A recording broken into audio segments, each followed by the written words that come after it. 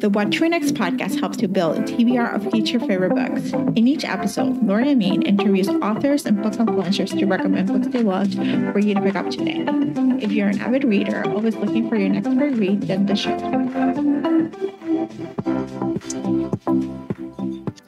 Before we get to today's episode, I want to chat about our sponsor today. Our sponsor is Epigraph Literary Festival, which is a 3-day virtual event that introduces readers to authors with new and upcoming books and hosts genre and lifestyle theme sessions. We host a spring and summer festival in April or a fall and winter festival in September. You won't want to miss our happy hour sessions at the end of each day of the festival. And if you're a idea of a good time spending time with book people, you won't want to miss it. So you can join us on April 27th to the 29th by registering at epigraphLitFestival.com.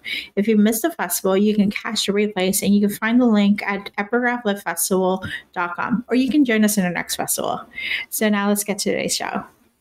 Hi, Alexandria. Welcome to What to Read Next podcast. Hi, thanks so much for having me. So happy to have you here. Tell us a little bit about yourself.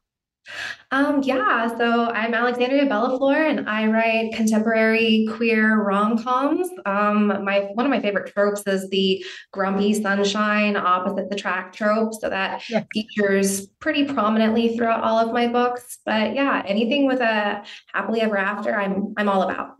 Yeah, so we gotta talk about like what led you to start writing rom-coms, like especially queer rom-coms. Like, was it like you grew up watching rom-coms in TV and movies, and you're like, okay, we need more representation, or like reading romance, and you're like, okay, we need this, need this more.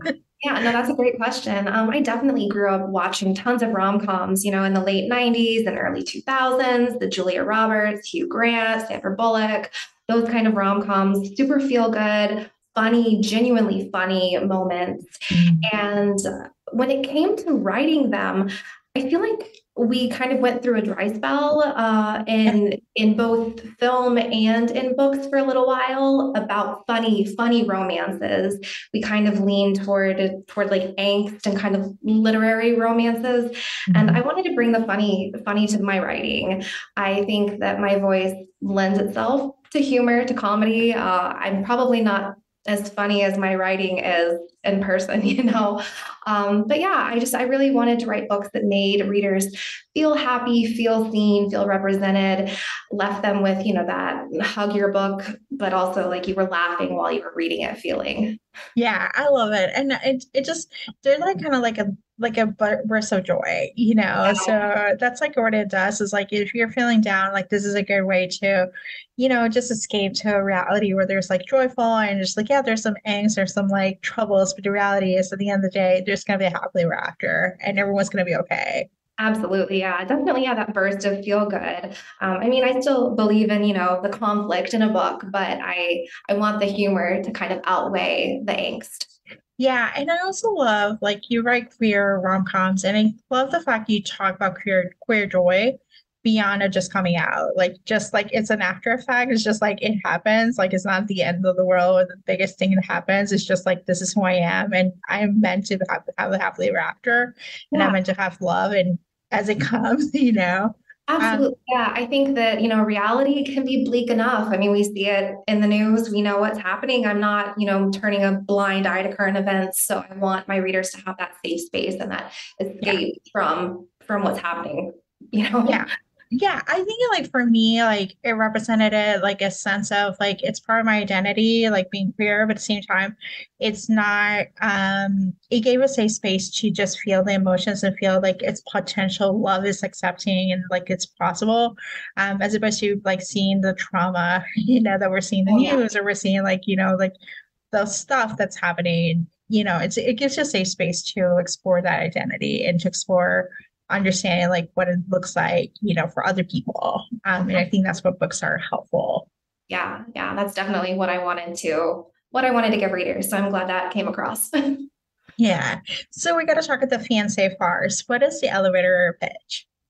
Yeah, so the Fiancé Farce is a sapphic rom-com about a quiet bookseller and a romance novel cover model who agree to a modern-day marriage of convenience. And it all kind of kicks off when the bookseller, Tansy, concocts this fake girlfriend to get her stepfamily off her back. She uses a romance novel cover model as her inspiration for this fake girlfriend, never believing that she's really going to see this woman.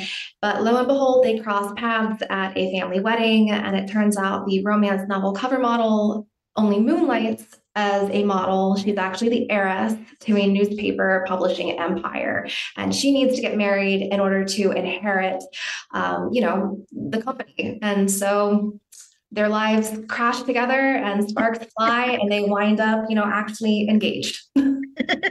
And more movie role, and we know it's going to be happily ever after because Absolutely. they're likely to catch feelings and to realize Absolutely. Any oh my kind of God. fake dating, marriage of convenience, they're always like, oh no, this is just for convenience. This is fake. And no.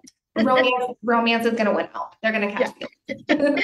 I love this. And you're working on a new book for next year, it's like another queer rom-com. Can you tell us a little bit about it, like a little teaser? Yeah, sure. So it's called Truly, Madly, Deeply, and it will be coming out in 2024. It's a queer MF romance. So both the hero and heroine are bi, and it stars a romance author and a divorce attorney who are giving relationship advice on a popular podcast.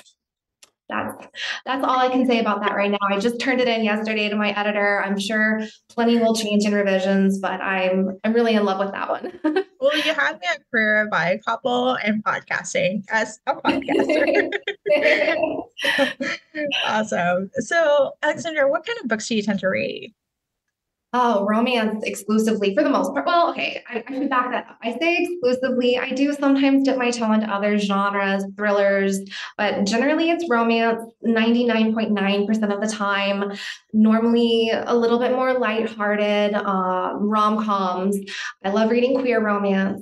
So yeah, I'm reading a lot of the stories that I'm, in the same vein as what I'm writing. It is all good. It is all good to just every so often dip a palate cleanser of a murder book or The Husband Did It. Yeah. Sometimes I'm reading like, Gone Girl or something, but that's Yeah. like a fluke. Yeah. So do you have any books to recommend our listeners to pick up?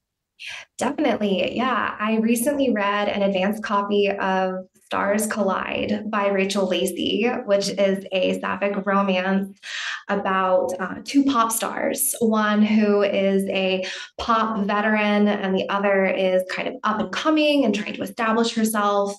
And it's a bit of a slow burn age gap romance. They wind up on tour together. The pop veteran is trying to kind of reinvigorate her career and her life, and is also coming to her queer identity later in life. And I really enjoyed that one. So yeah, Stars Collide by Rachel Lacey. I don't have the exact date when it's coming out. I want to say it's in May, maybe. I'm not sure. So. Yeah. I really, really loved that one. And then I'm also currently reading Will They or Won't They by Ava Wilder. And it's another celebrity romance and kind of has some second chance feels. They were on a paranormal TV show together, and then they're, meeting up again years later. And that was really, really great. And that also comes out later this year. Those are two of my recent reads that I've really, really enjoyed. I love those. I actually have Stars Collide as like my next two. I have a thing for celebrity romance, any type of celebrity normie, celebrity PR relationships. Like, give me any. Oh yeah, no, it's really great. I feel like a celebrity romance is kind of like an id item. I feel like it like scratches an itch for a lot of readers, including myself. I love that as a trope. Yeah. So, Alexandra, tell us where we can find you online. Yeah, you can find me online on Instagram at a.m.bellefleur and Twitter at ambellefleur, and on my website, alexandriabellefleur.com. I'm on TikTok also at ambellefleur, but I'm not very active there, but you can find me there. That's awesome. Thank you, Alexandra, for being on the show. Of course. Thank you so much for having me. If you enjoyed this podcast, feel free to share with friends, subscribe, rate, and review the show. This is the easiest way to support the podcast. For a list of books mentioned and other romance recommendations, please visit whattoreadnextblog.com. Did you know you can purchase audiobooks directly from your favorite local bookstore?